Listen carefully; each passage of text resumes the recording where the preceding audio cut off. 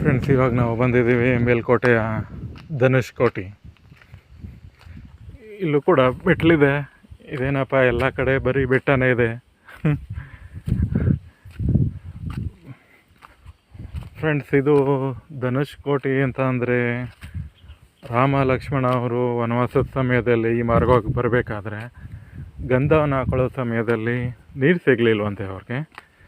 ಆಗ ರಾಮ ತನ್ನ ಧನುಸ್ಸನ್ನು ತಗೊಂಡು ಭೂಮಿಗೆ ಬಾಣ ಬಿಟ್ಟು ನೀರು ತರಿಸ್ತಾರೆ.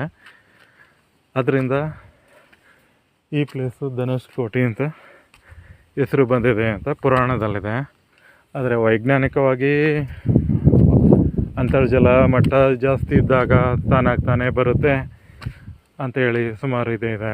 ಉದಾಹರಣೆಗೆ ತುಮಕೂರು ಜಿಲ್ಲೆ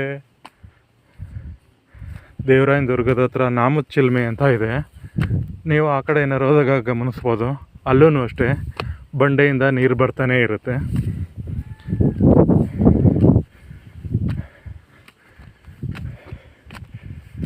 ನನಗಂತೂ ಸುಸ್ತಾಗ್ಬಿಡ್ತು ಬೆಟ್ಟ ಹತ್ತಿ ಬನ್ನಿ ಹೋಗೋಣ ಮುಂದೆ.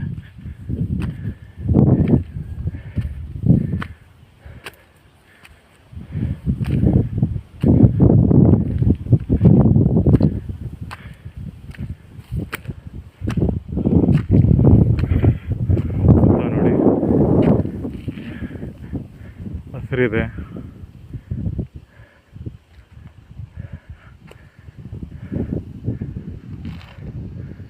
ಪ್ರಶಾಂತವಾಗಿದೆ ಸ್ಥಳ. ಬೆಟ್ಟದ ಮೇಲೆ ತಣ್ಣನೆ ಗಾಳಿ ಬೀಸ್ತಾ ಇದೆ. ಅರಣ್ಯ ಇಲಾಖೆಯವರು ತುಂಬಾ ಅಭಿವೃದ್ಧಿ ಮಾಡೋಕ್ಕೆ ಪ್ರಯತ್ನ ಮಾಡಿದ್ದಾರೆ. ಬನ್ನಿ ಮುಂದೆ ಹೋಗೋಣ.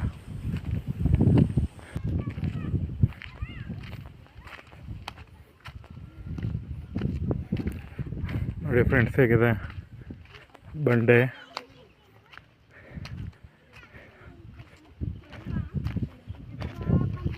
ಈ ಬಂಡೆ ಮಧ್ಯದಿಂದ ನೀರು ಚಿಮ್ಮುತ್ತೆ ಅಂತ ಹೇಳ್ತಾರೆ.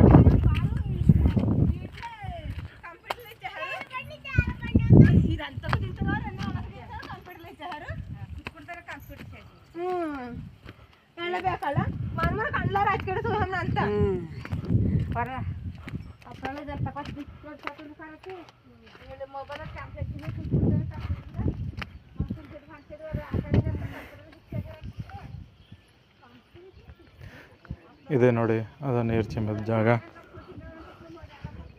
ಬನ್ನಿ ಹೋಗೋಣ.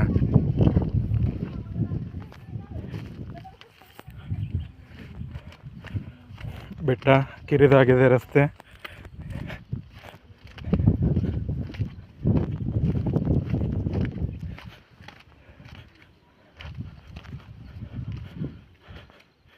ಇದಕ್ಕೆಲ್ಲ ಅರಣ್ಯ ಇಲಾಖೆಯವ್ರಿಗೆ ನಮ್ಮ ಕಡೆಯಿಂದ ಒಂದು ಥ್ಯಾಂಕ್ಸ್ ಹೇಳಬೇಕಾಗುತ್ತೆ. ತುಂಬಾ ಚೆನ್ನಾಗಿ ಅಭಿವೃದ್ಧಿ ಮಾಡ್ತಾರೆ ಅಲ್ಲಿ.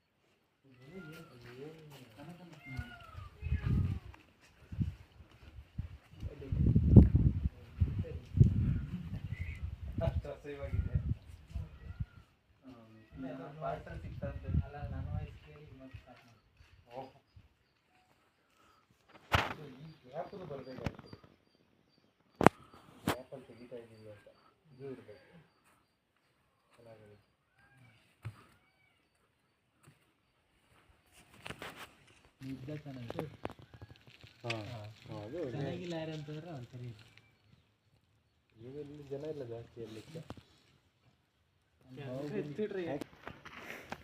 ಫ್ರೆಂಡ್ಸ್ ನೋಡಿದ್ರಲ್ಲ ಮೇಲ್ಕೋಟೆ ಹಾಗೂ ಸುತ್ತಮುತ್ತಲಿನ ಶೈಕ್ಷಣಿಕ ಸ್ಥಳಗಳನ್ನ.